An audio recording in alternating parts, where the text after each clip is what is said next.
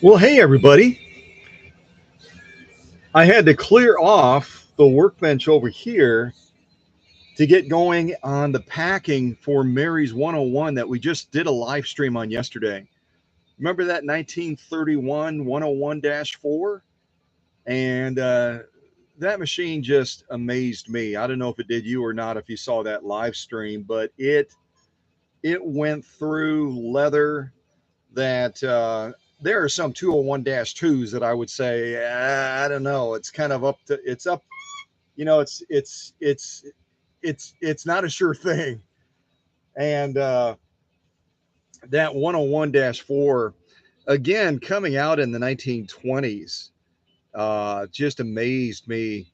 Of course, a lot of work that went into that, but today is, I always say, after the live stream, after the premiere, the confetti settles, everybody takes off their bow ties and everything. The work isn't done. That machine then has to be painstakingly packed for a journey all the way out to Washington State, which is where Mary's at. And so, talking about a 3,000-mile journey for a machine that right now is in a wooden base.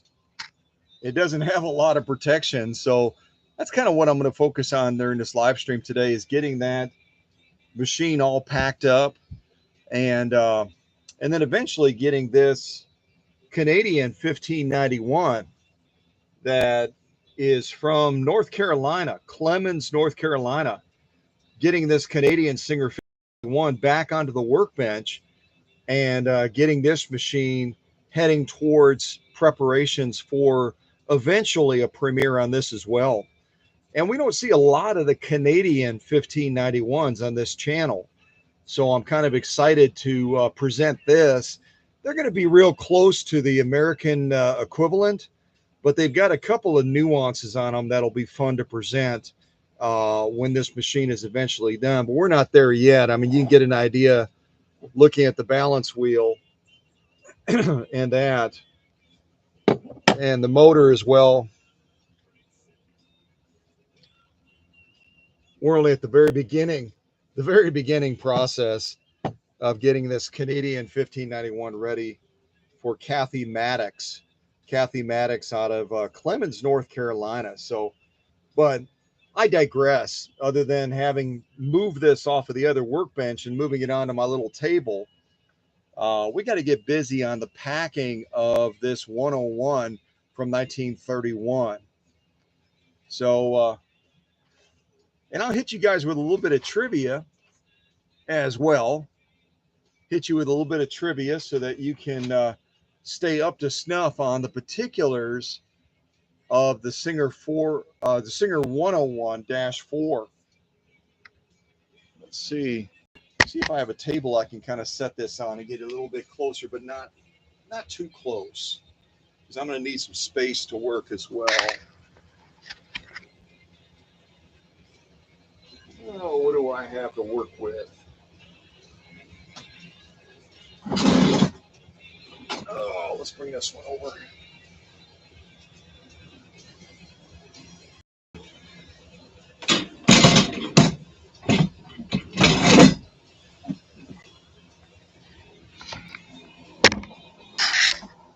Yeah, that ought to work pretty good, I think.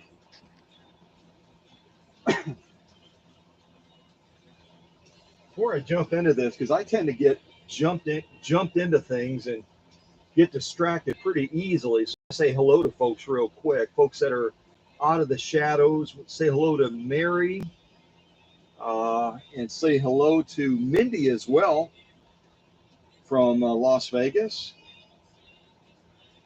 Glad you ladies could kind of jump on board and kind of join me a little bit on this unboxing, or I should say reboxing. I've got boxings, I've got unboxings, I've got everything in between.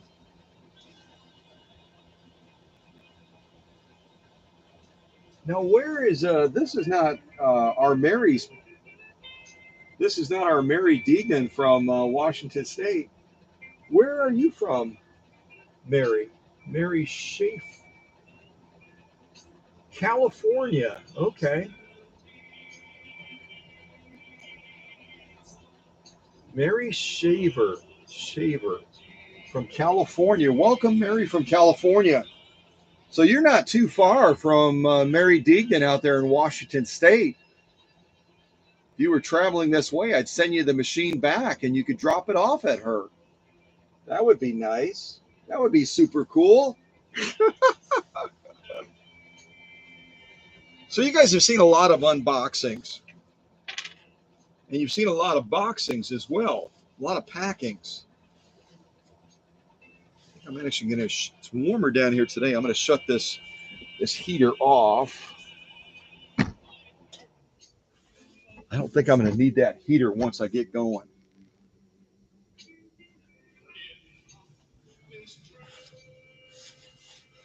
So if you didn't know it, the 101 is as heavy as, if not heavier than, the 201-2 that followed it by about 15, close to 15 years.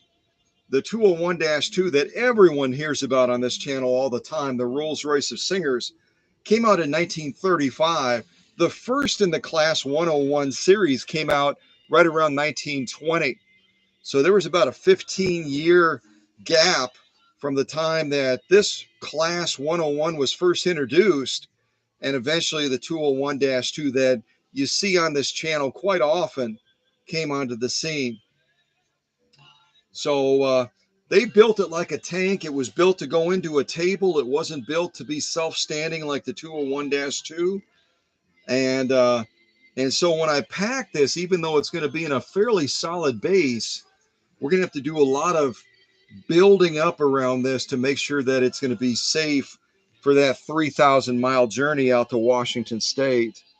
And the first thing I always start with is I always tag down all of the points of the threading so that when this gets out to Mary in Washington State, she doesn't have to bother with that. She can unbox this and sit down to the machine almost straight away and begin to enjoy putting it to work. So I'm going to take down all the points along the threading path, make sure that that's nice and secure, and Mary doesn't have to deal with it. And I've usually got music playing in the workshop, as most of you guys are aware. But one of the channels I enjoy listening to, I'm kind of a Southern boy at heart. And I usually will tune into a channel online. It's called CBN Southern Gospel. And that's what I have kind of playing in the background today. You might catch little bits and pieces of it playing as I'm doing this packing. I just love the richness of Southern gospel music. I don't know if anybody else enjoys it or not, but for me in the workshop, it's almost a staple. It's almost a staple.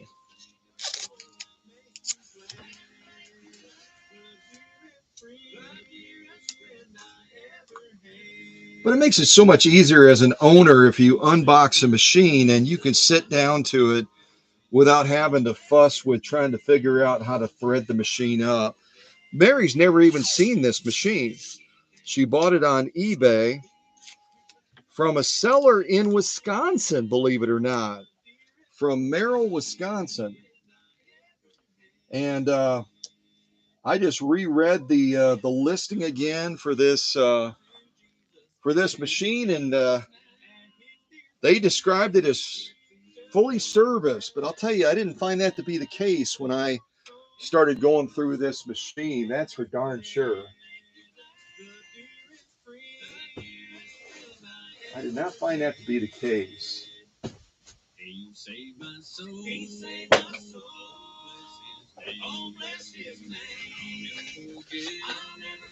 Yeah, this is a little, kind of a little clip-it here. The packing slip as it is. You can kind of see here. Singer 101, sewing machine 1931. That's correct. Serial number, it gives the serial number. Accessory manual, serviced. And whenever someone says that a machine is serviced, it always causes me to wonder what they mean by that. Doesn't it cause you to wonder what they mean by that? Because from all the progress shots I shared on Mary's machine, these folks from Merrill, Wisconsin must have a different way of measuring what service looks like, because it needed a lot of attention. A lot of attention.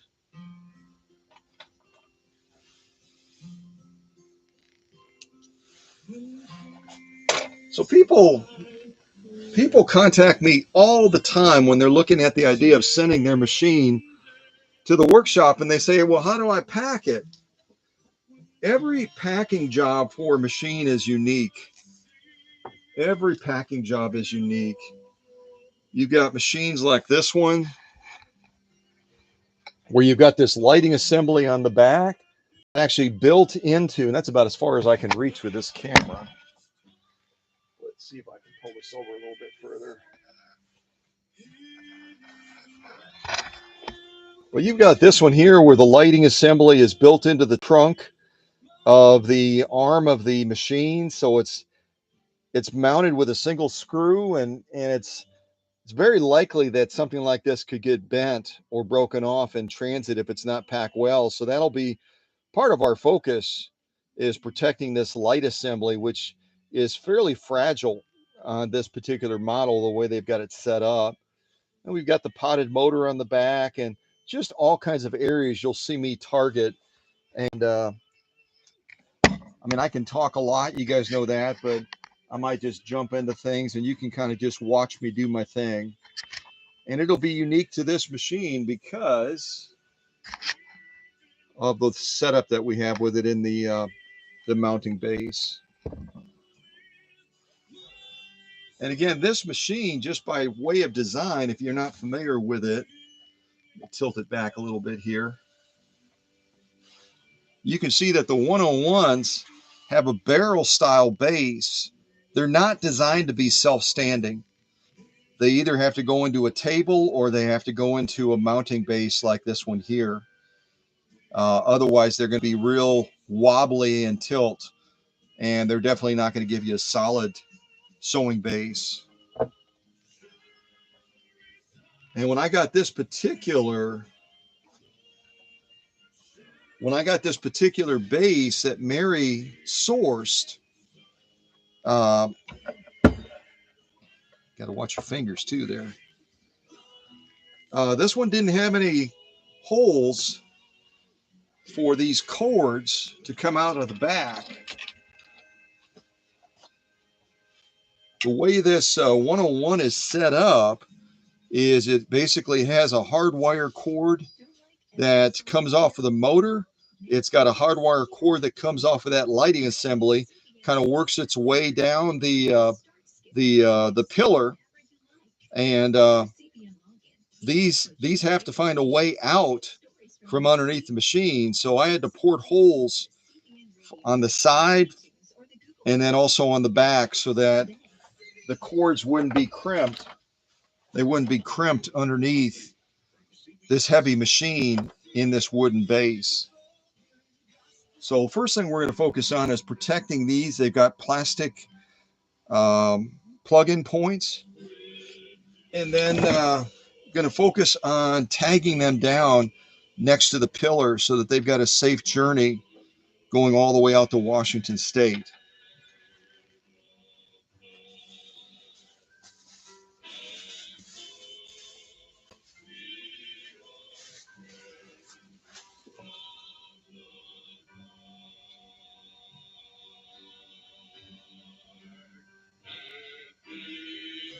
Mary's writing something. Mary from California. What did she write here? Near Sacramento, huh? Okay.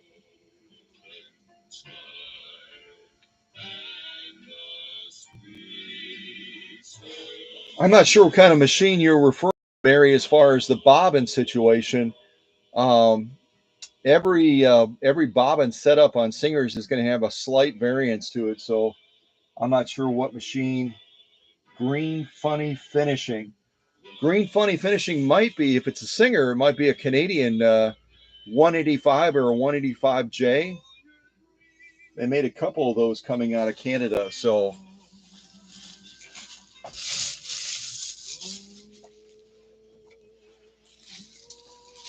All right, let's get these cords protected. That's our next step.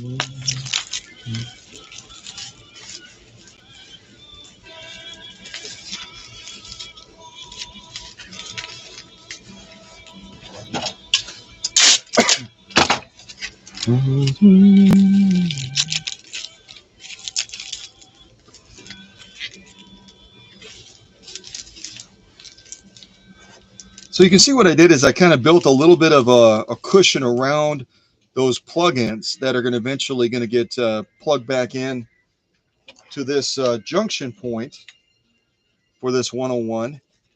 Now we've got to tag those to the pillars so that they're going to be nice and stable for their journey all the way out to Washington State. And I'll have to do the same thing with the foot controller. And you'll notice I've got the needle in the down position already. I've got a couple of the sew-offs that I did on that live stream for this machine all the way underneath the presser foot already with that needle down. Never ship a machine with the needle up because that needle can get bent. And then when you sit down to sew with that machine on the other end, it's going to create a lot of frustration for that owner. So we've done our tag down. If you joined the live stream a little bit late, we did our tag down of the sewing threading point for the machine so that when Mary gets it out in Washington State, it's all set to go to work. We've got the needle down. We've got our material underneath the presser foot to protect the feed dogs and to protect the presser foot attachment itself. That's why we do that, because you don't want the feed dogs grinding against the bottom of that presser foot attachment. We've got all these extra sew-offs that we did as well during that live stream. So I'm going to move these over by the other table. Plus we have our accessory box. We're going to have to pack that as well. I'm just going to put all these together for right now. And Mary, when she got this machine from these folks in Wisconsin, she didn't get much in the way of bobbins. So I'm adding a couple of extra original class 66 bobbins to the accessories for Mary so that she's at least got a starting point for this machine.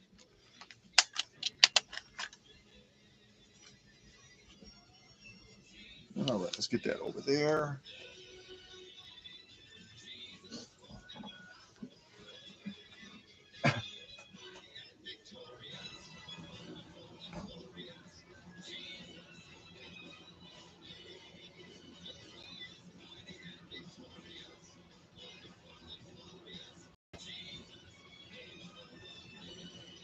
Oh, Mindy is feeding dogs as she's watching with us. What an adventurous gal she is, huh?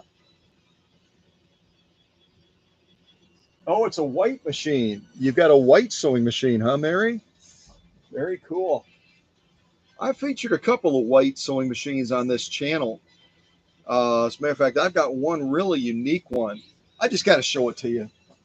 You brought up the name of white, and I'll show you a machine that you probably don't see too often that was made by white.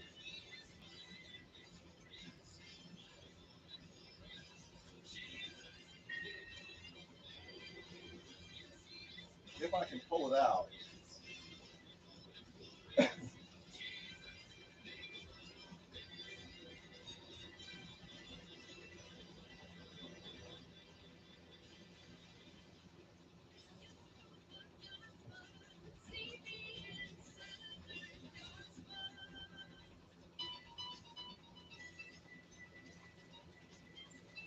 This is a fun machine.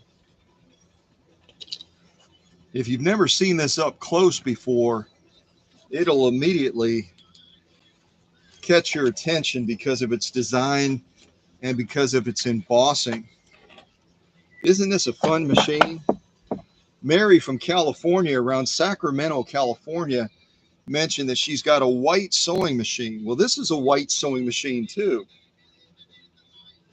And you can see how when they built this particular machine, which, does anyone know what model this is?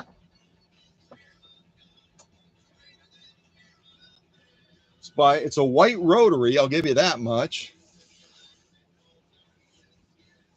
And when they built this particular machine, they really wanted to give it a cast iron feeling, didn't they?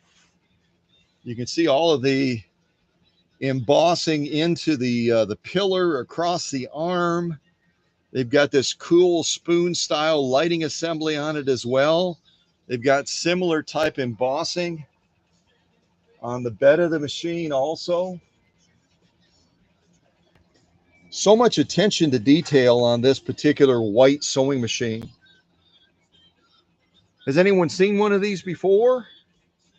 Almost like it looks like it belongs in a log cabin, doesn't it?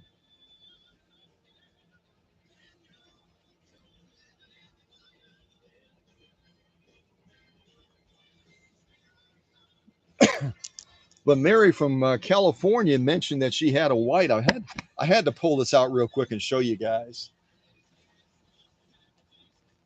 Even on the faceplate, we've got the etched type embossing into the metal as well. Isn't this fun? All we need is a log cabin, and we're all set to sit down to this machine and get busy, aren't we?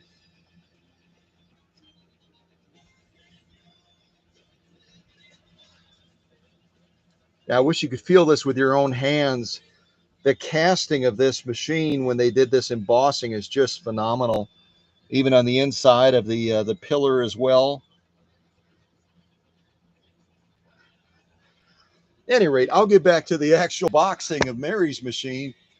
But you guys mentioned something, and it kind of triggers something with me. I'm going to pull out the machine if I've got one from my collection, which I've got a lot of machines in my collection, over 200, and show you something like this. If you didn't guess it, this is actually a white Model 31, and it's not as old as you would suspect. I had one time that bought a machine similar to this, and the sellers had really spun a story. They really spun a story about this Model 31, and they talked about it being from the early 1800s, and they just spun a tale. My goodness gravy, boy, did they spin a tale. And when I told her that it wasn't nearly that old, that this is really going to be a machine from, they made these right around the 1920s going into the 1940s. They built them for quite a while because obviously you look at this and it's just a gorgeous looking machine, isn't it? But she was real disappointed to hear the truth about the machine. So, yeah. All right, let me get this out of the way.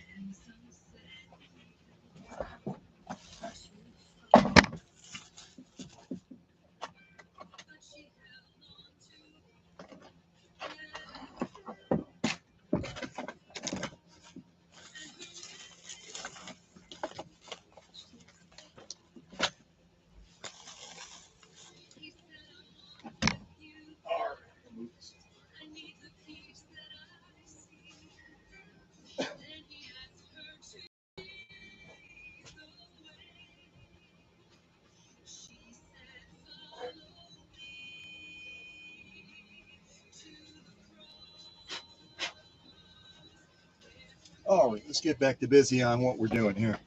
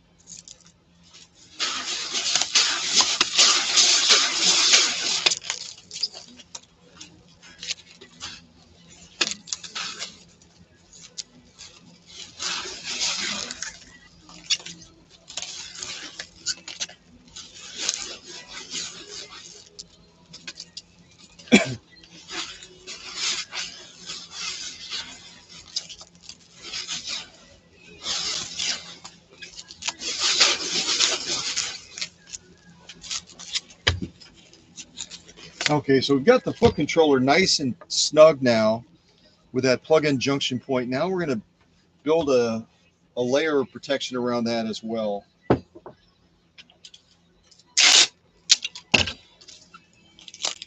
Get this all tucked in too.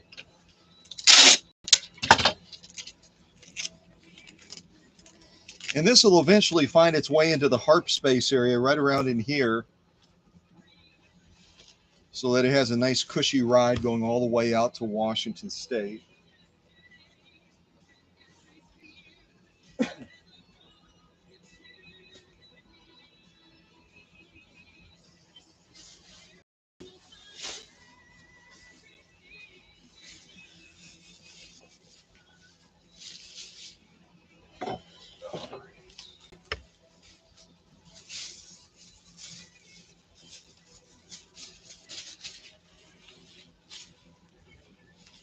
And I can't tell you how often I get machines that arrive at the workshop, and I'll always emphasize in packing videos like this about treating foot controllers and the electrics of the machine as fragile.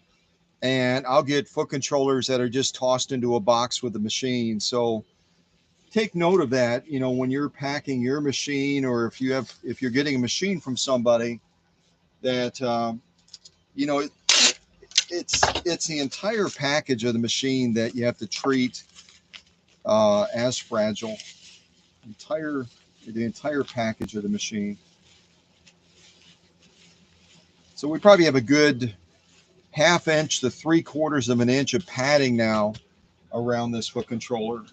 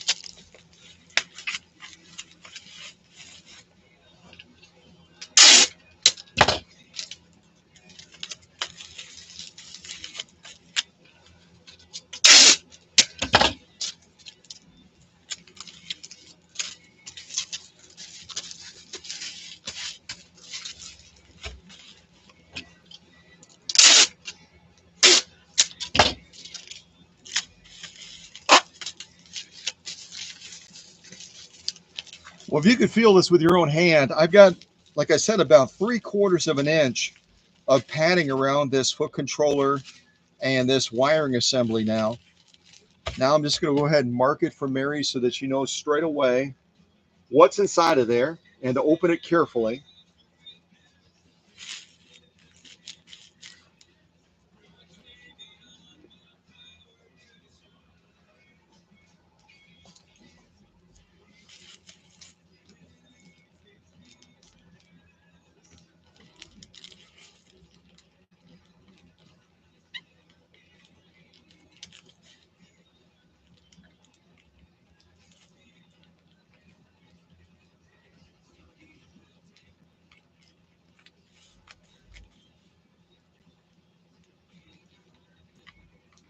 And I don't write little notes like this on these packages because the end recipient is not super smart. They are, but people get anxious. They get excited when a machine finally arrives after a long wait, and they can sometimes just jump into things. And that little pause factor of saying, "Hey, take your time, watch what you're cutting, so that you don't end up cutting part of the electric cord on the inside." Then you got a real point of frustration to deal with. So sometimes just a little no. Plus, it's a little bit more friendly, isn't it?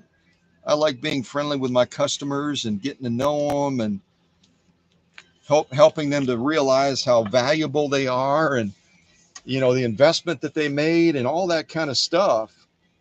So I take a little bit extra time, make that customer realize how incredibly special they are. There we go. Nothing fancy. Foot controller, power cord, open carefully. Yeah.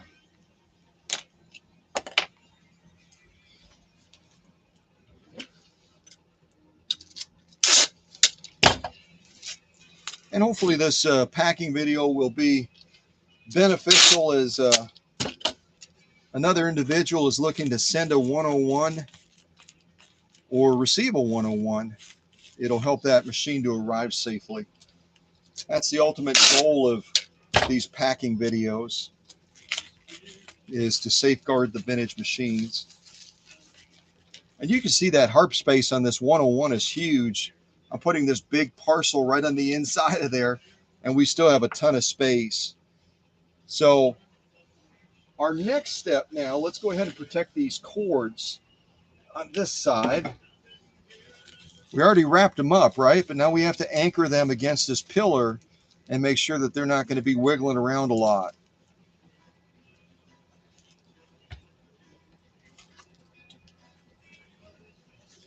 Let's see here.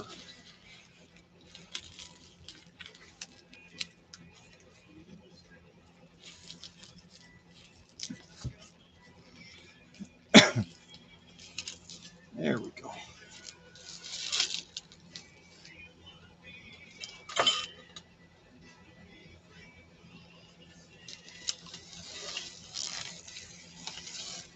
We're only going to put a little bit of a tag down now to hold that in place, because we've got more work to do around here before we do any other tagging down.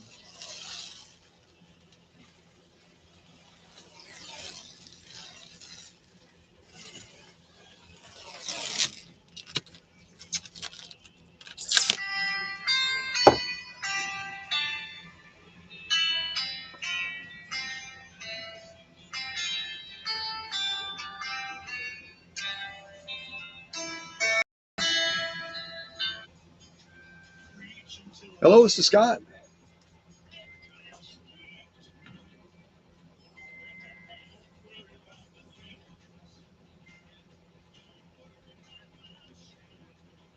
Yeah, that's perfect. Thanks so much. I knew who Curly was from Bay Impressions right away. As soon as you said it, I know that rock star. That's awesome. Yeah, I'm actually doing a live stream of packing that machine right now, so this is perfect timing. Thanks again, Carly. Bye. I rely on the ladies at Bay Impressions for a number of different things. Bay Impressions is a local printing company. They're like the equivalent of a FedEx or a UPS store, but they're a local business. And they help me with manual reprints and just a variety of different things. So she was just calling me about a job I gave them this morning, just on the spot, and they said, we'll take care of you, Scott. So thank you. Thank you to local businesses. Boy, they just make a difference, don't they? If I had gone into a FedEx store or UPS store, they would have said, come back next week or the week after that. But when you're dealing with local business owners that know the value of business, boy, oh boy, they do an incredible job of taking care of their local folks, that's for sure. Okay, blah, blah, blah, blah, blah, blah, blah. So we've got that cord tag down now to the pillar with our plug-in points that are eventually going to get plugged in on the other end. Now we got to do something about this light assembly on the back. Again, this light assembly makes me a little bit uneasy. You can see how it's built in, and then it's tied right into the arm with this rigid point right here. And this rigid point is very vulnerable. So we've got to pad this, make sure that that light isn't getting jostled around when it's in transit. So that's our next focus. We're going to target that light.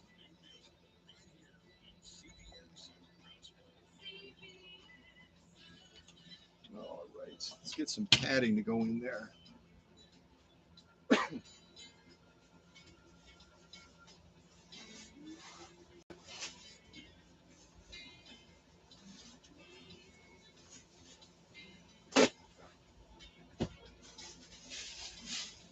I also like surprising owners as well with special little treats. So this isn't I'll just show this to you guys real quick. You'll see it before Mary even sees it. Mary from Washington State. This is an original publication that Singer came out with, originally sold for about 95 cents. And it was designed to provide general sewing tips and also maintenance tips for machines as well. I just think that image on the front of it is just spectacular, isn't it though? You see this beautifully dressed lady facing the mirror, and you know that she probably just finished making that dress on a Singer 101-4. So this will go with the machine. I'll probably write something on the inside of here just as a special little gift note for Mary Deignan from Washington State. She's such a sweetheart and has gotten involved in so much of the stuff that I've done with fundraisers. But this is a great resource book. It's an original vintage book, and it looks like it just came off the shelf. It's just in perfect condition. So, at any rate, this will go with this as well. I'm saying that so you can remind me. I don't want to forget the packet.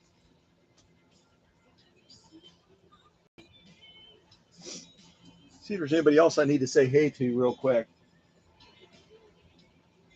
Looks like mainly Mary, and then we've got some individual. Oh, we've also got my friend Robert from Germany joined us as well. Welcome, my friend. Willkommen. Willkommen. That's the 1911 Olympic. And we've got another visitor as well. Who else do we have? HZV something or other. And it looks like they're writing in another language as well. So hopefully a couple of my moderators pop in and can help out with that. Hello to Stephen as well. Hey, Stephen. All right, let's get this light protected. Such a beautiful light assembly, but the fact that they made it so rigid and tied into the actual casting of the arm, it's one of those points that makes me a little bit nervous with this particular machine.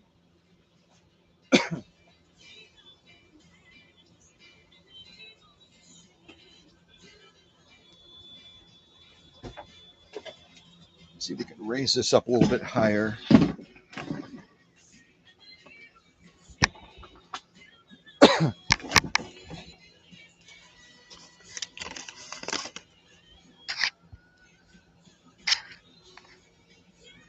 There we go. That's a little bit better. I grabbed a featherweight waiting to be serviced, and I've got the case underneath the camera now. Give you a little bit better perspective.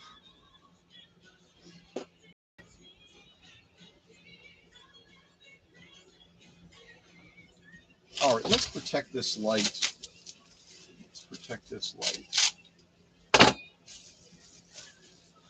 And when I'm protecting a light like this, what I kind of do is I kind of create a little envelope around it. I've got about 4 thicknesses of bubble wrap. And I'm going to have to cut this down a little bit too. Yeah, it's too long.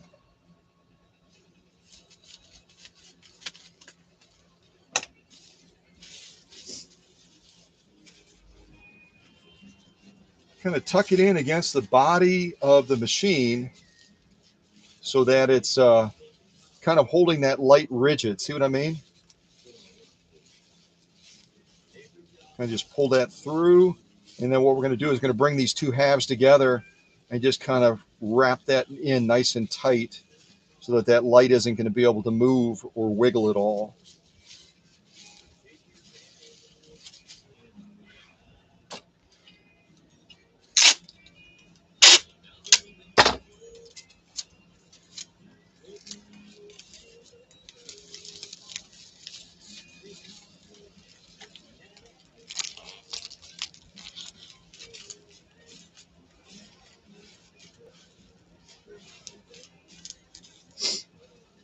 There we go.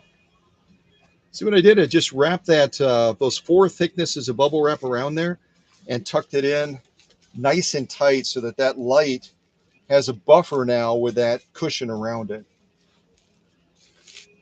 Yeah, that's much better. Much better. We've got other parts on the machine as well that we need to provide a little bit of extra protection for. The upper tension. Our dial for stitch length on the bed is pretty well protected, so I'm not going to be as concerned about that. But we're going to add a little bit of extra padding to that upper tension right now.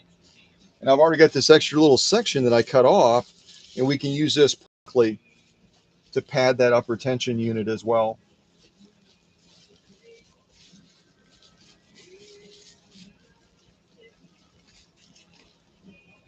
Probably have about 6 to 8 layers of protection around that. Now we're going to take our stretch wrap and go around and anchor what we have down so far.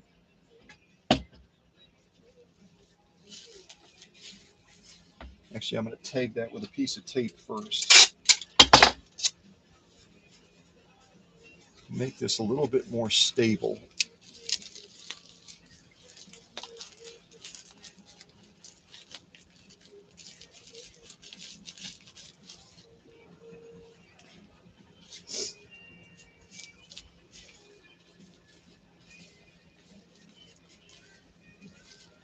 And you might say, well, looking at an upper tension unit like this, why do we have to protect it? Isn't it pretty much all metal? It is, but it's a real light gauge metal when you're talking about the different components of the upper tension.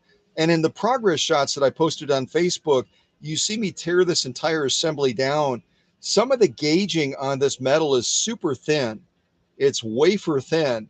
And so protecting it from an excessive hit or something like that just makes sense so that nothing gets bent out of alignment. That little extra step can really, really save a lot of headache in the end.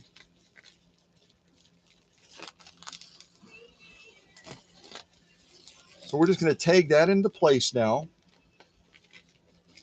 so that we have a little bit more protection. And we're obviously going to be building more layers around this as well.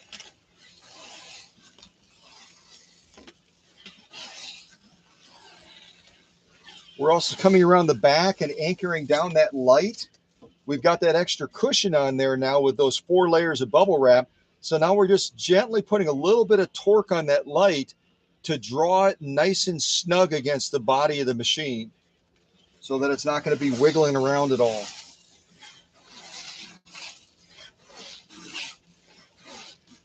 All right, I'm going to stop right there. Take a little bit of tape and we'll anchor that down.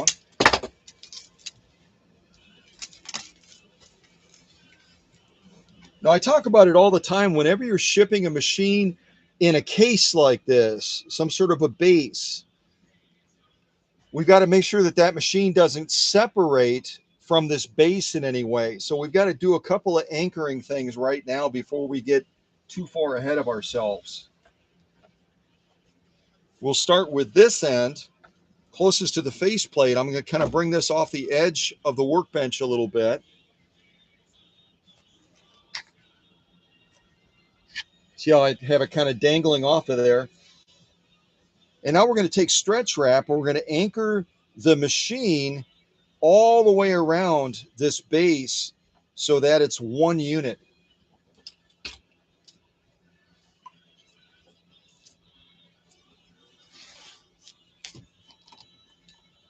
Got to bring it out a little bit further. There we go. And I've already verified all of the hardware is nice and snug. Even if I get a brand new case in, I don't assume that everything is nice and snug. I want to make sure that I check that myself, and I would encourage you to do the same thing. So I'm just going around and around and around, making sure that we've got the machine anchored to that base that it's mounted at. It's a single unit.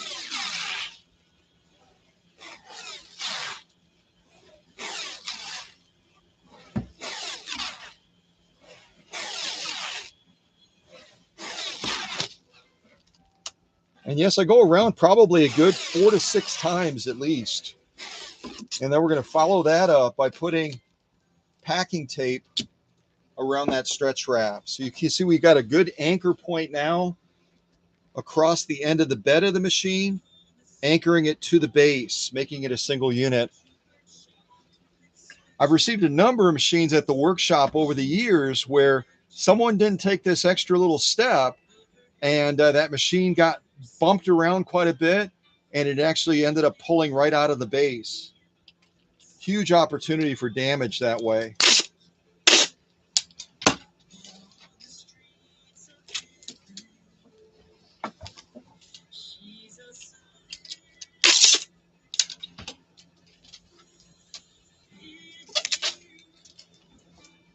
All right, I got that tagged in place. Now I'm going to go all the way around.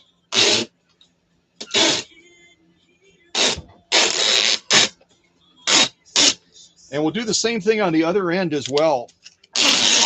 We don't want this to come apart from this base. This base is helping to protect the machine right now and keep it immobile. So we've got to help it, give it a little bit of extra strength so that it doesn't stress this this pine base and cause the two to come apart. So now we're spinning this around.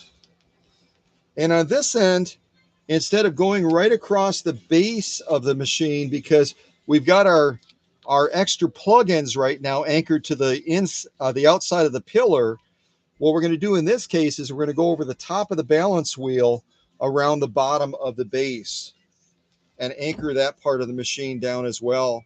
And because most of our weight is on this side, you got to be really aware of that when you're getting that counterbalance so that you don't pull it out too far and have the machine fall off the workbench or off of your table wherever you're doing your work.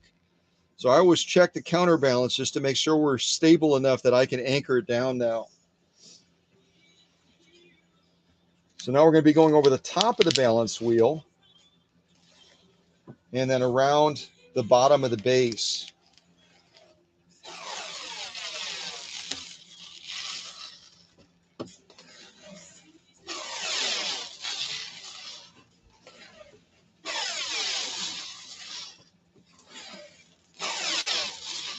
It's amazing how much, when a machine is traveling about 3,000 miles, it's amazing how many shock waves it goes through as it's being moved from vehicle to vehicle, potentially from plane to plane, being dropped on cement floors, on metal floors, on the back of beds.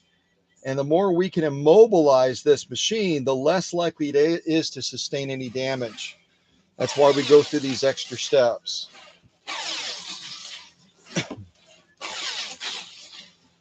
It's the ability for the machine to move that causes or potentially causes damage. So we want to eliminate any possibility of movement.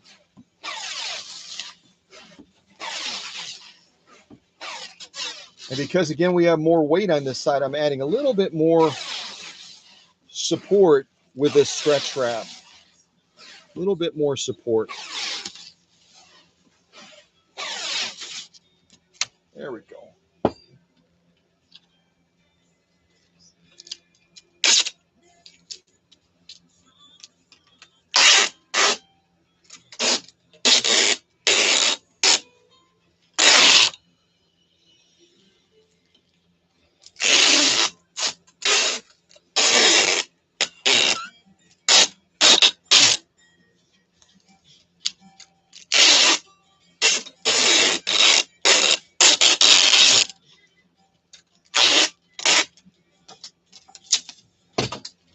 And this is very, very strong tape along with the stretch wrap. That should be more than enough to make sure that this stays as a single unit.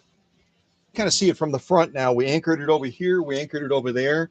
Now we've got a single unit. We've already got our foot controller and everything tucked away. Now we're going to start building those layers upon layers around this. And then we'll have to also add extra padding to the bottom because right now this base is not going to provide any kind of a cushy ride to this machine. We've got to do that for it.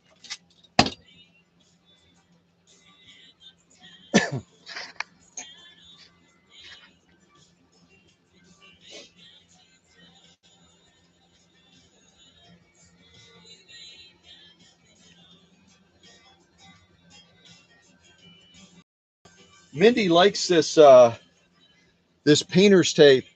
different types of painter's tape when it comes to having that direct contact with the machine surface, whether you're putting it across chromium areas like the faceplate, or whether you're doing it across the top of the arm and anchoring down the tag points for the threading.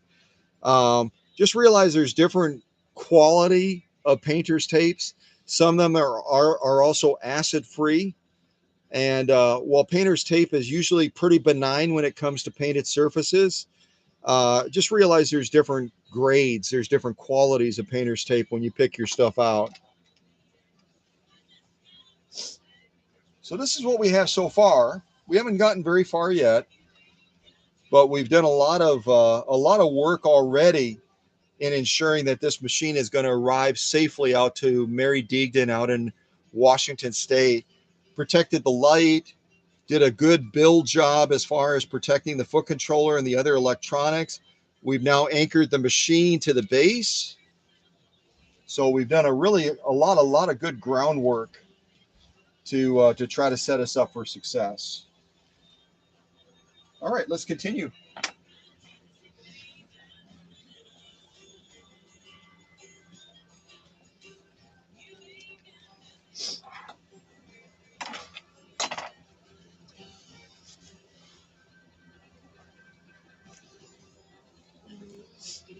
All right, my next goal now is I want to cocoon everything in.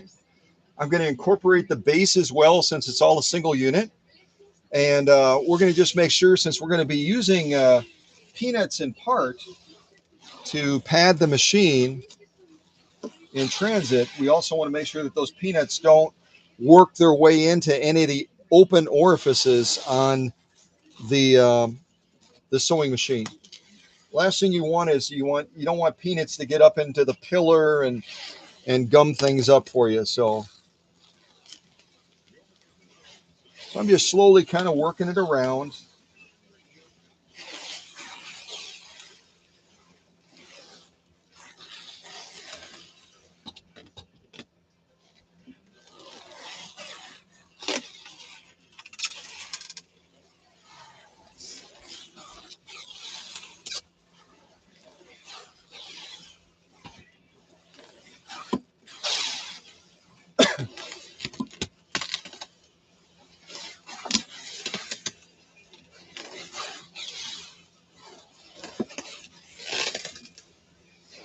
And this is probably the least exciting part of the process. You know, it's a lot more fun to watch this machine sewing all of the leather that I did and everything during the live stream that we just did on this machine. But this is an important element of it as well. What's the point in putting all that work into a 1931 machine like this and then have it arrive damaged? Kind of defeats the entire process, doesn't it? So that's why I love to document this phase of it as well, so that folks can look and say, you know what, the fun doesn't end at the premiere. I've got to make sure I'm doing my final steps of ensuring that that machine arrives safely.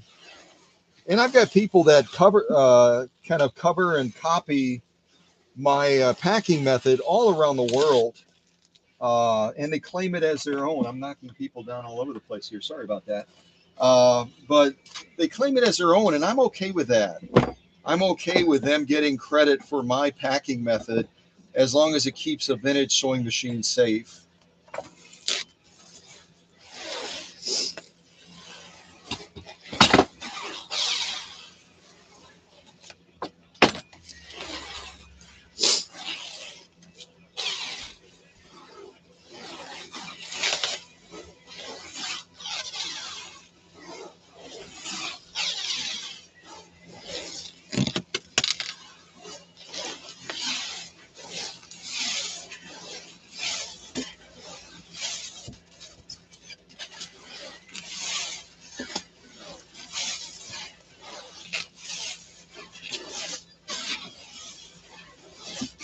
And I do it all the way up to the top. Anchor down the spool of thread as well. Have you ever had a sewing machine arrive and the spool of thread somehow came loose, and you got just like a spider web of sewing thread all over the inside of that box you're trying to get the machine out of. What a nightmare. So little things can make a big difference, can't they?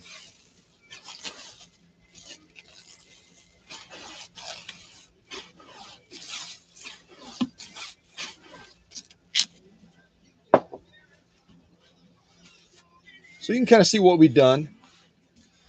We've cocooned all this down.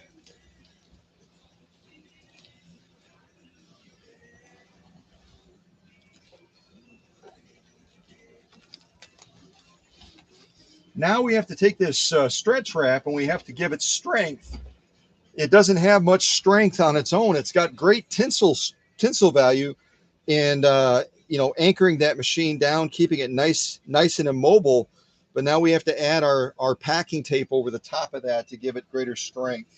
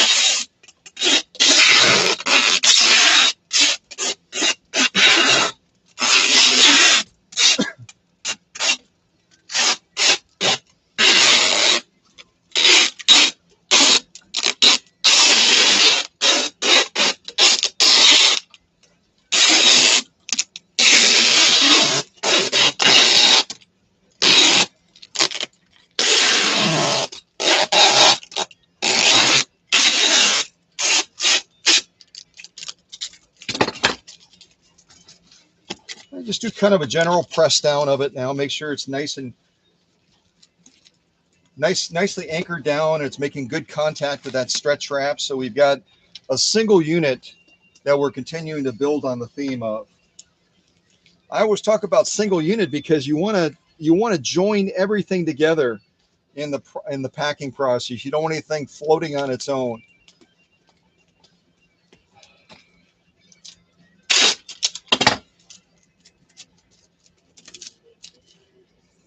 Now we have to go across the crown of the machine. This is all stretch wrap right now. We've got to reinforce that as well, make that nice and strong.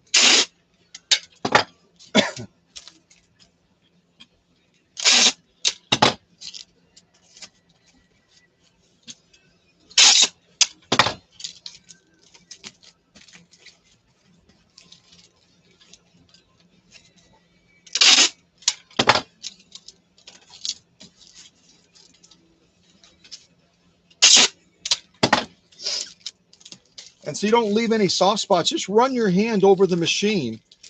Feel for any spots where all you can feel is just the stretch wrap. Then you need to go over that with tape.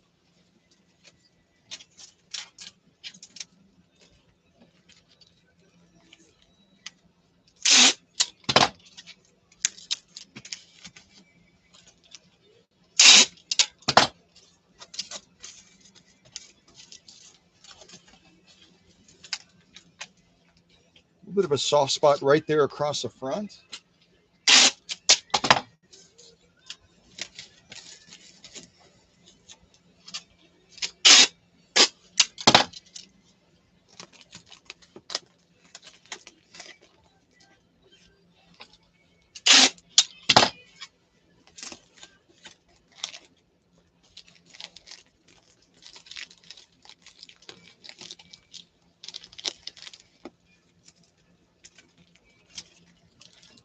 All right, we've got a nice solid shell now around this machine. I'll just kind of turn it for you again. You can kind of see what we've done.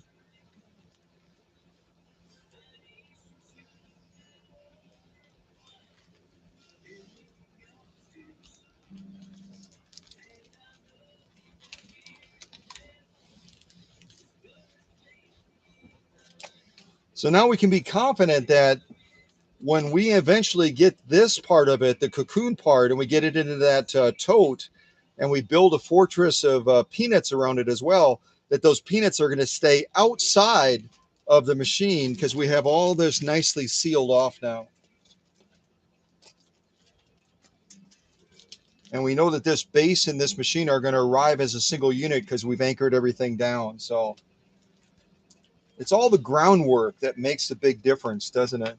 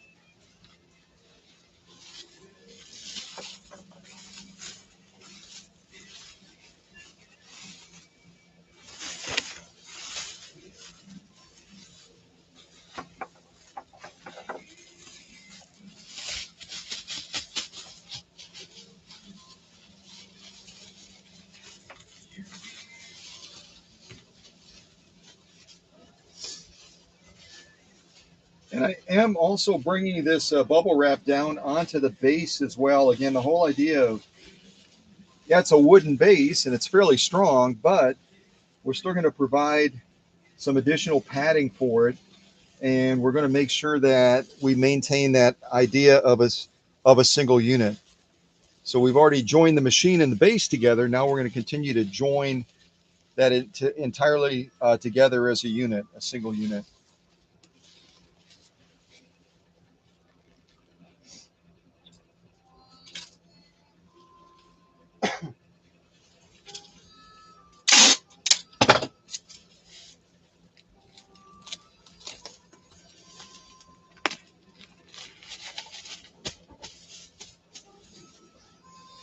So we don't have enough on here yet. We've got probably about 4 layers. And ultimately, when we're done, we're probably going to have 6 to 8 layers around this machine. So we're going to go to the next step now and anchor down what we have, and then we'll add more to it.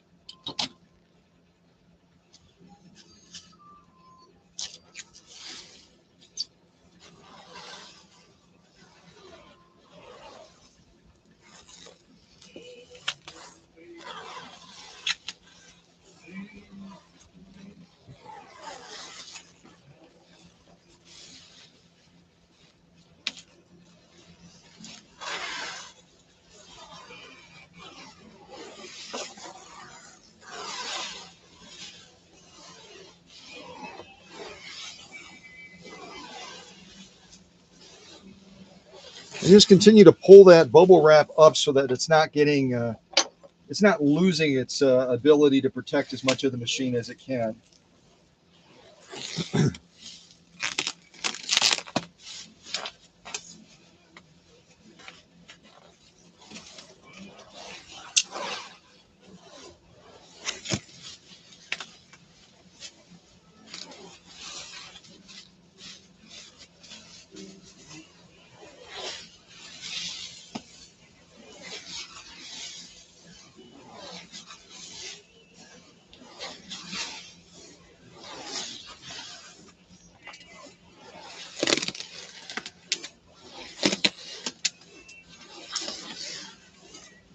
And you can hear by the sound, I'm putting a lot of pull on this. I'm wanting to make sure that that's really, really tight.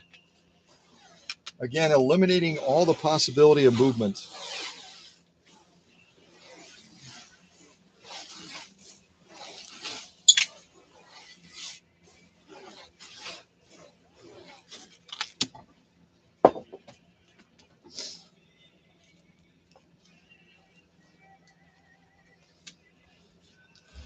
So I'm going to add packing tape over the top of this now. Again, you never go with just stretch wrap. You always build a base of packing tape over the top of it to give it more stability and more strength.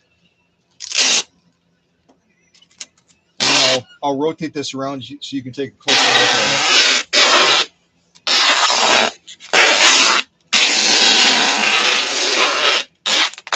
it. And I can see I'm going to have to replace another roll of packing tape on here.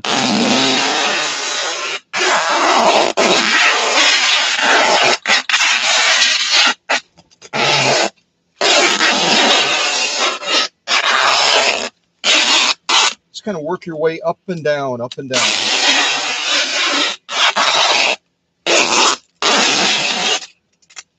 And that's the end of our roll right there. It's pretty much spot on.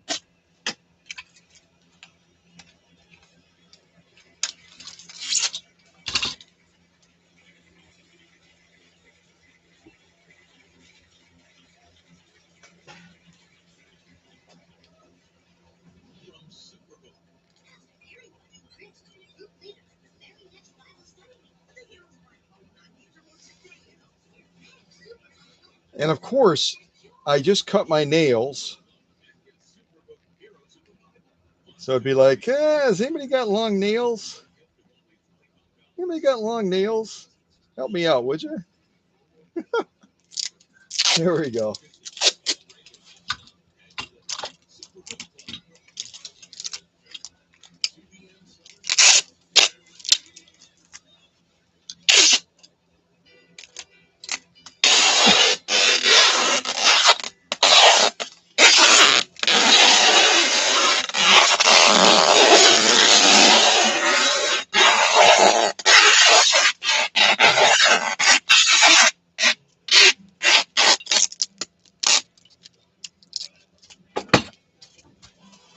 All right, just like before, press it down.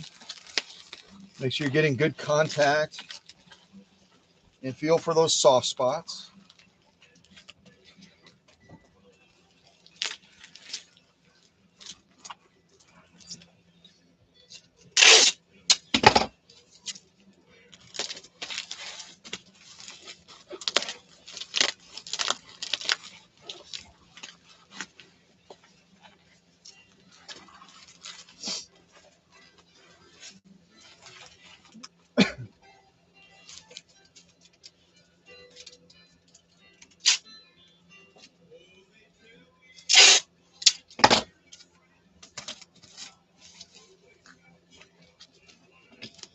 So you can see right here at the top of here, we've got stretch wrap against this bubble wrap, but it's not anchored all the way. These are little things you have to catch so that you've got all of this as a single unit. And this obviously is probably not your sewing machine, but if it were, you'd be like, yeah, don't miss any of that, buddy. Don't miss any of that.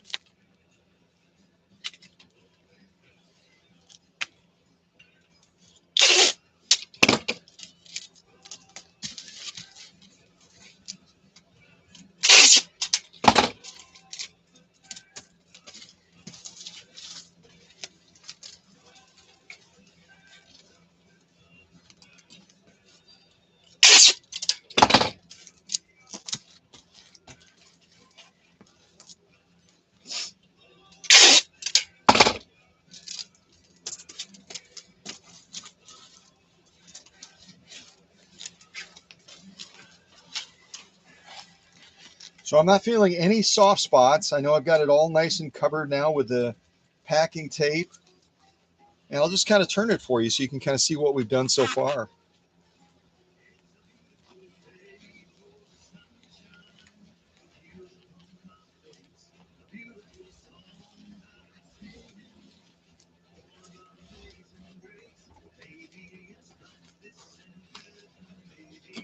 That is packing on steroids.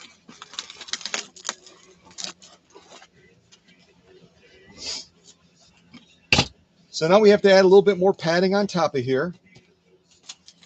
Right now we've got a good crown of packing tape and stretch wrap and all of that, but we don't have any real padding as far as bubble wrap. So we've got to add now a little crown to put over the top of this.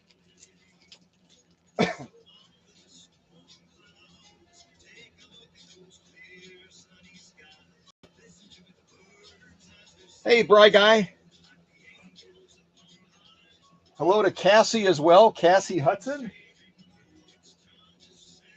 And hello to Emma.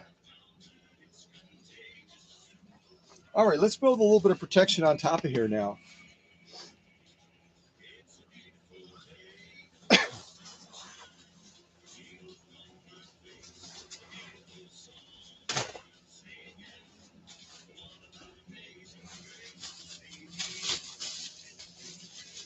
And again, my preference is I always put the bubbles facing out. It's kind of like a little airbags.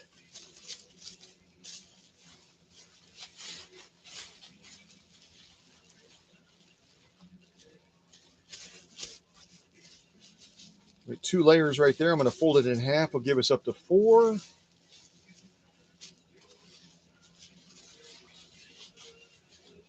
And then I'm going to fold it one more time and get us all the way up to right around 8 layers. You can kind of see what that looks like. Because in all likelihood, if a machine is going to take a hard hit, it's either going to be on the bottom or the top, right? So we're going to try to eliminate any possibility of the machine being damaged.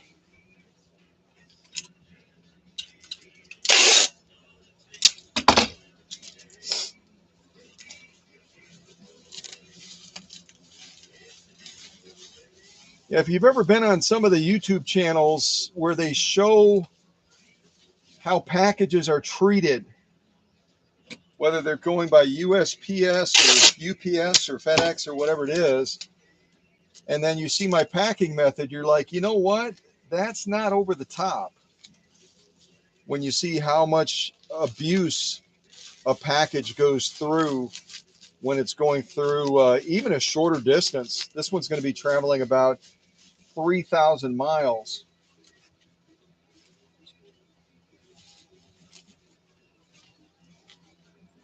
There we go.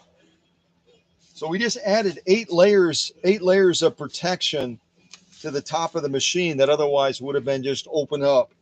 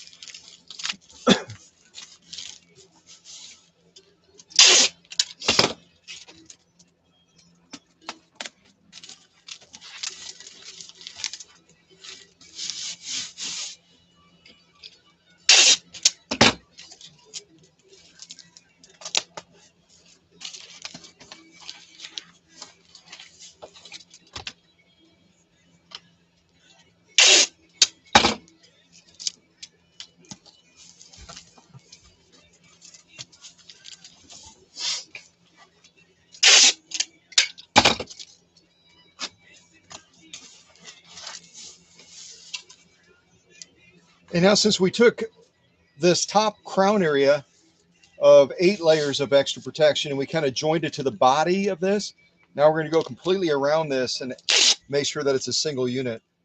Even though I've already tagged it down, I'm going to add extra reinforcement.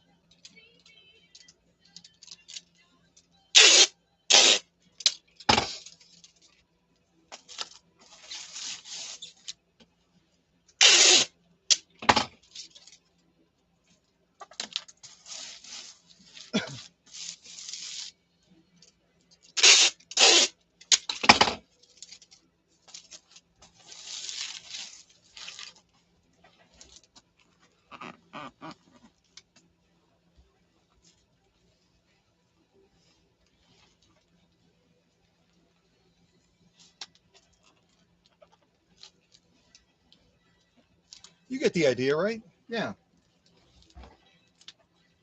So now the only part of the machine and the base assembly that we haven't protected is the bottom. That's what we need to focus on next.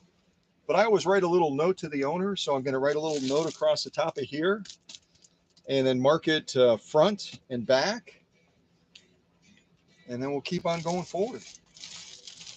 Yeah.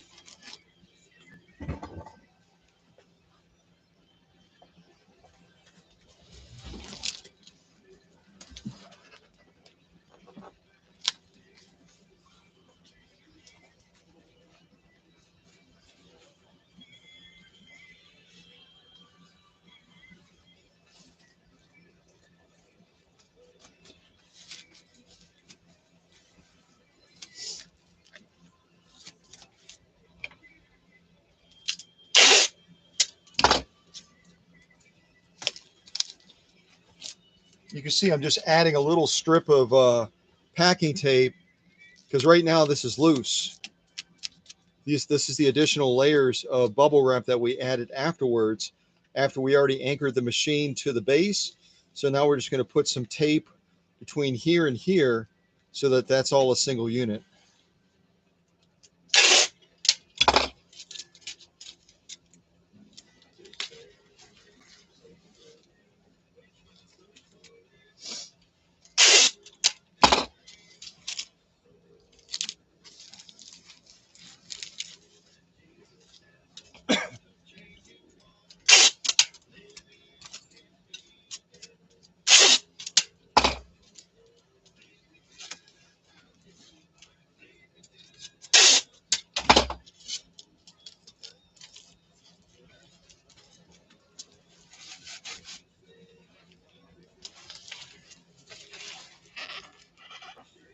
Just flipping it over and we'll do the same side, the same thing to the other side.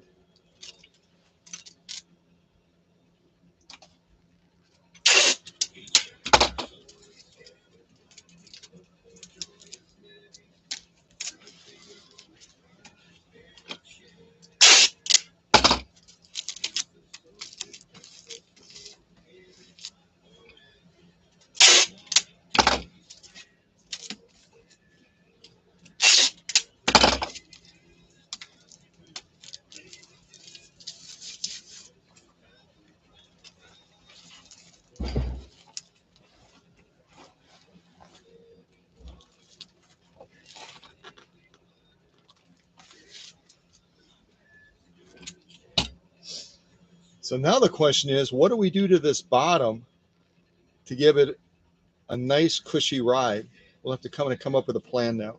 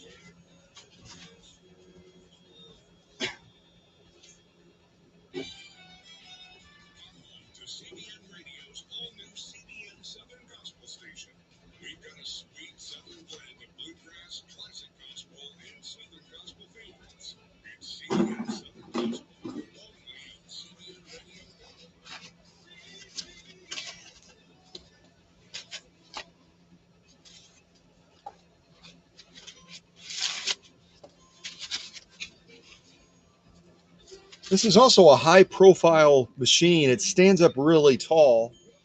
So we've got to be aware of not creating a base that pushes it up so high that the top of the machine that we've done a lot of work to protect isn't pressed up against the bottom of that lid when the lid goes on the tote. I always like to leave a little bit of a cushion so that if that lid takes a hit, it's not going to be making direct contact with the sewing machine. So these are a cool kind of a noodle style thing, but it's going to push us up probably a good 2.5 to 3 inches, which I think might be a little bit more than we want to do. Matter of fact, I'm going to take a look real quick and see where we're at as far as it being in the tote, so we can get an idea of how much clearance we have.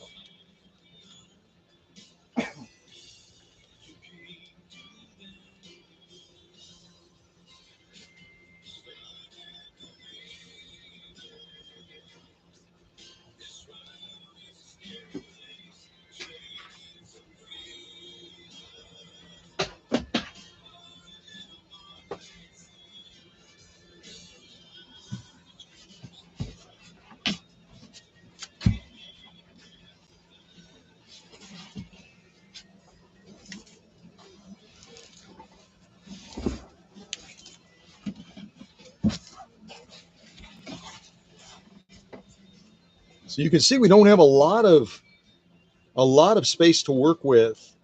Even with its current height, we're probably only about 1.5 to 2 inches from where the top of the cocooned machine is going to be setting inside of the tote.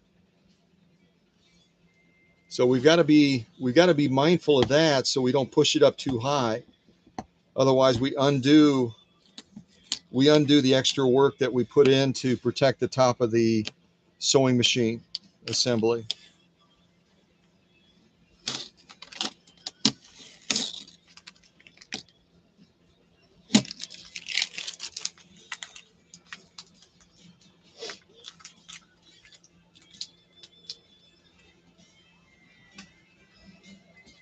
So we're going to have to go with a lower profile protection for the bottom, but it'll still give it a nice solid cushion.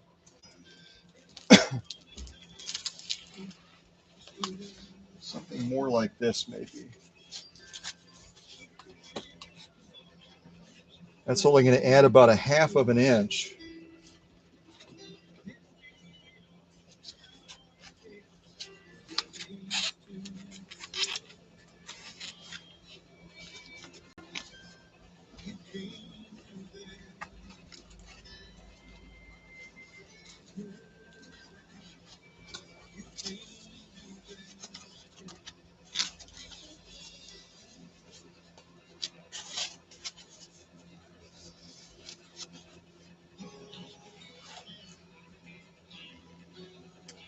Yep, that'll work nicely.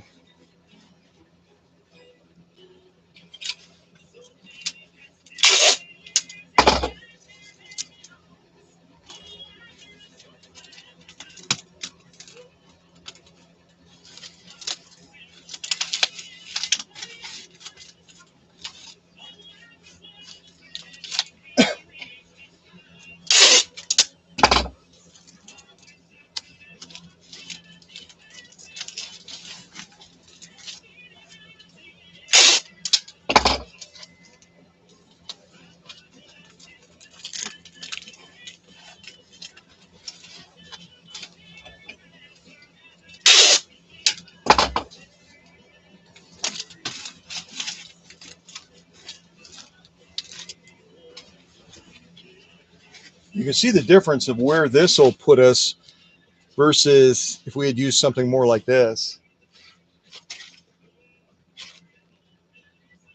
The top of the machine would be pressed right up against the bottom of the lid, which you want to try to avoid that in case it takes a big hit from up top.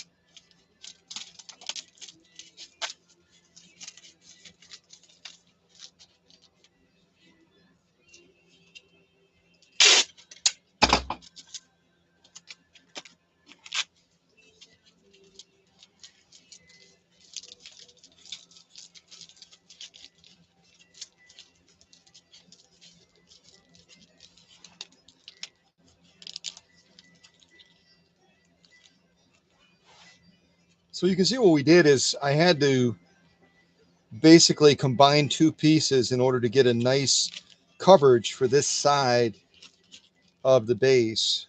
Sometimes you're working with lemons, you got to make lemonade, right?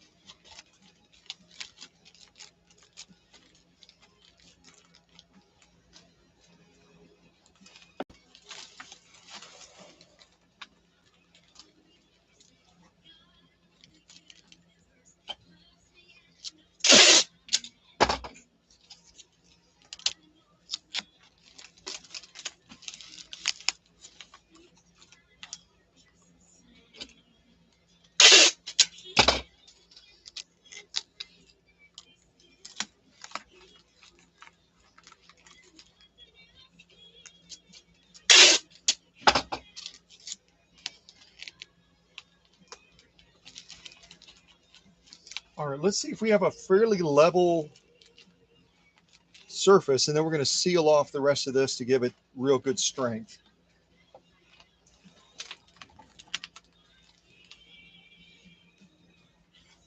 So you can see with the edge work that we did to it, the machine, it has a really, really solid base now. Plus, it's got the cushion factor so that that wooden base that the machine is mounted to is not going to just be banging against the bottom of the tote.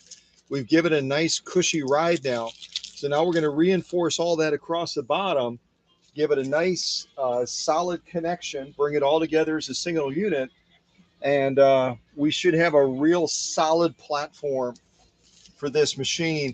And because we chose to go with the bottom cushion support that we did, it's not going to push the machine up so high that it's going to be pressing against the bottom of the top of the lid of the tote. And if it takes a big hit, this part of the machine would then be vulnerable. So now we've left enough cushion. We've got a beautiful, beautiful packing fortress that we've created for this machine now. All right, so let's seal off all this. And by sealing it off, we're also going to make it a single unit as well.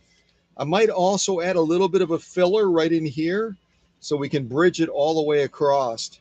Because right now we've got a little bit of a kind of a vacuum right here, don't we? And the bottom of these cases are just a thin, almost like a particle board. So we don't want this to just be floating either.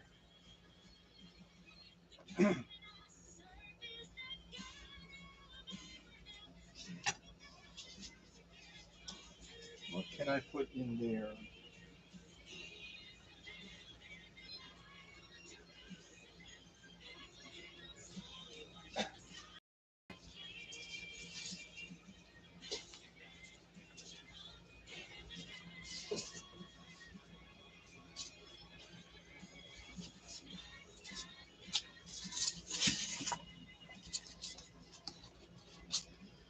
And that's going to be just about the right height as well.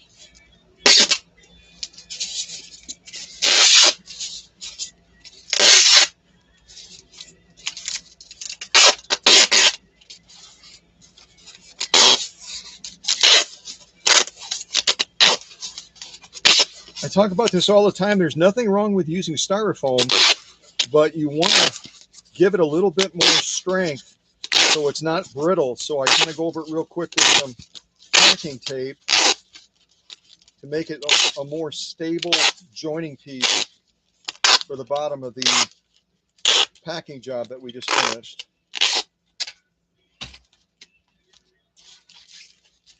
See that? Nothing fancy, just reinforced it so it's got more stability.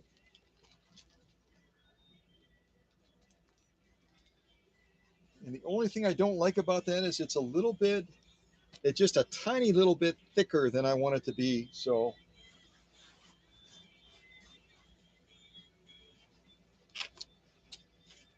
let's see what we can do about that.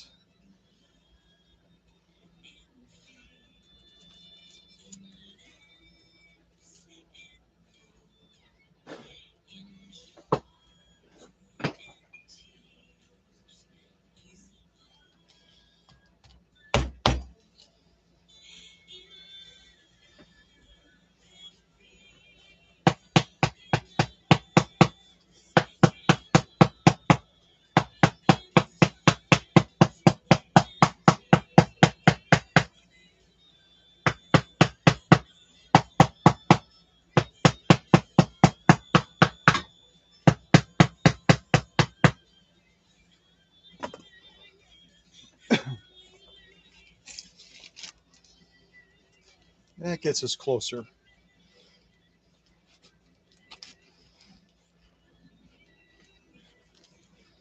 And when I cinch that down with tape, that should bring us just about flush.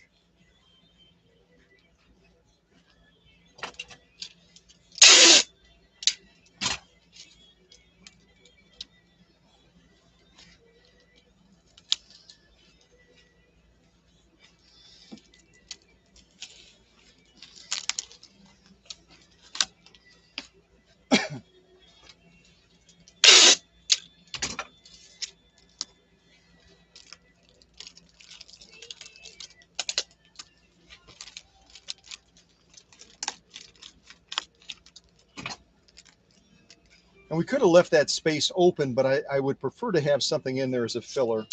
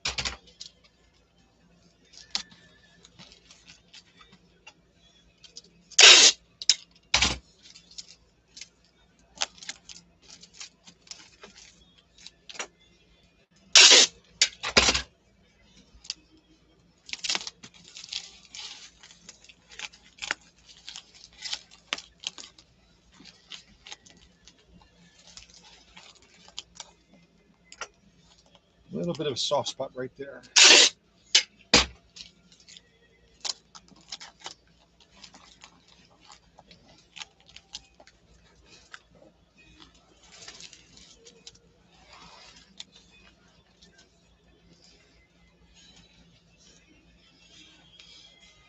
So you can kind of see what we did there. Now the machine is, when it's riding in that tote, is going to be suspended. The bottom, that wooden bottom that can take a lot of shock, and a lot of shock waves will go through it. It's not going to have any cushion naturally. We've now eliminated that factor so that the machine and the base are actually suspended above the riding surface on the bottom of that tote. So now we've got a nice, see how it has just a gentle rock to it? And once we fill that in with the packing peanuts, it'll eliminate that little sway that you can see right here. But we basically have lifted up the entire assembly so that it's not going to have contact against the bottom of that tote that'll be hitting, metal floors and cement floors and everything else. We basically have suspended the machine above the bottom of the tote. Make sense? Yeah.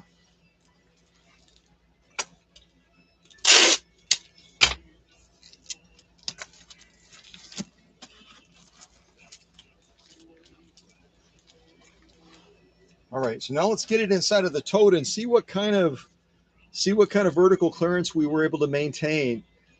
See what kind of vertical clearance. We're going to be close, but we should still have a little bit of a cushion.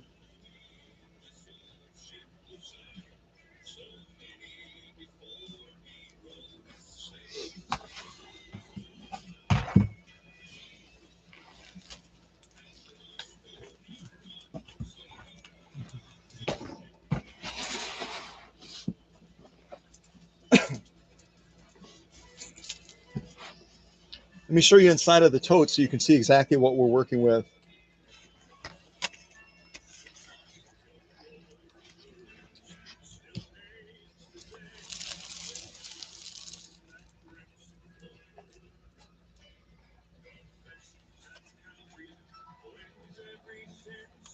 I'm at the very end of the cord. I can't go any further. So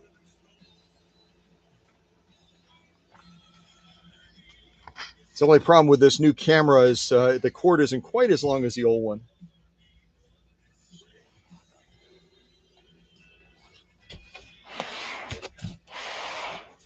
You see it from this angle too.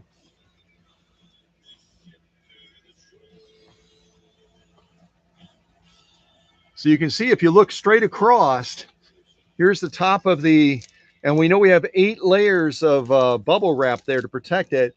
And we still have from the top of where that lid is going to fit down about 2 to 2.5 inches, approximately. That is the perfect packing method right there. And now we're going to add a foundation of peanuts around it to take out that little wiggle that it has. And this will be ready for a 3,000-mile journey. We'll get all the other things added to it as well that we have to get added to it. So, yeah. So I think I'm going to go ahead and end the live stream at this point. You've seen me kind of reason through all the different steps to get us to this point now where we've got a machine that is incredibly well protected. And we've got enough of a cushion around it with this tote that it's going to give it even added protection beyond what we've already given it. So Mary will be very pleased to get this machine out in Washington State and have it arrive without any damage. That's always the goal, isn't it? When you're shipping a vintage sewing machine, is what do we need to do to keep it from arriving damaged? And you guys know, I mean, I've shipped all around the world: Japan, Australia, the UK, Ireland, Australia, and knock on plastic, we've never had a machine arrive damaged. So let's keep that going, heading out to Washington State. So hope this is helpful. I know because it's not your machine, it doesn't have as much relevance, but eventually you might see a boxing video like this, a packing video, and it'll be your machine. And then all of a sudden it's going to have significance or added significance to you. And if you're a seller or a fellow restorer, you can take these ideas and claim them as your own so that your customers will brag about you and how well you pack your machines. Okay. Let's share the knowledge, and it's going to benefit everybody across the VSM space. All right, that's it. Y'all keep your chatting going. I'm going to say hello to a couple of folks and wrap this up.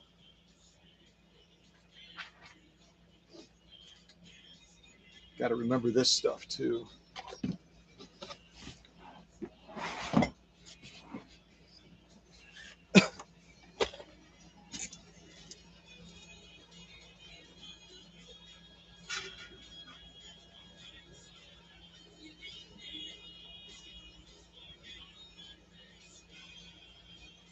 I think I've already said hello to everybody. I've said all the names look familiar. I said hello to Mindy and Steve and Emma and Cassie and Bry and Mary from California, and Emma. Hello to Emma as well. And if I missed anybody else, I'm sure that you all made them feel welcome. Just seeing if there's anybody else up above here. Yeah, I think that's about it. Not a lot of chatting today. It looks like you guys weren't incredibly chatty, but a little bit. So, and take that opportunity to get to know each other. You got people all over the country, around the world, and it's always great to meet new people that share our interests in BSM, right? I think it is.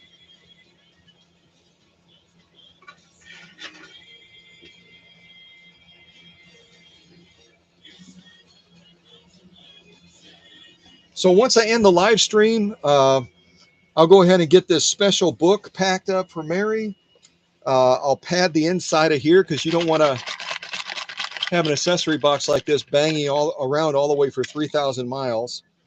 So what I usually do is I add a little padding of bubble wrap in there, and then I stretch wrap it down, and I'll get this packed into the tote as well for Mary. But yeah, if you somehow missed the live stream on this 101-4, you got to check it out. These are just a small number of the sew-offs. These are just a small number of the sew-offs that we did on that live stream. Saddle grade leather, protected full grain leather. We did denim. We didn't do any bubblegum material. What's up with that? We did protected full grain leather. We did heavy grade denim, commercial upholstery material. We did some of this fake leather stuff on that live stream as well of the machine that we just packed. So you'll want to check that out. And we did Italian leather, 100% cotton, all kinds of different stitch lengths there. We did saddle grade leather. And then also some of this genuine elk hide as well, 2 layers of that. I mean, just that alone tells you the strength of this machine after I got done with it. Look at that. It's like sewing through a couple of belts almost. So, but this is the culmination. This is the good stuff. This is the part that the customer loves to see their machine performing, but they also love to see it getting packed up. They know it's only steps away from being shipped, and it's going to be arriving on their doorstep. It's like Christmas. It's like the holidays all over again. So good stuff, right? Well, thanks everybody. It really is me. There I am. So thanks for your attentiveness. I saw that we kind of had an audience going up and down as people are like, okay, yeah, I've seen Scott pack before. We know what that looks like. But again, as you saw, as I was putting this packing job together, I mean, I'm searching around the workshop, finding just the right pieces to build that fortress around this machine.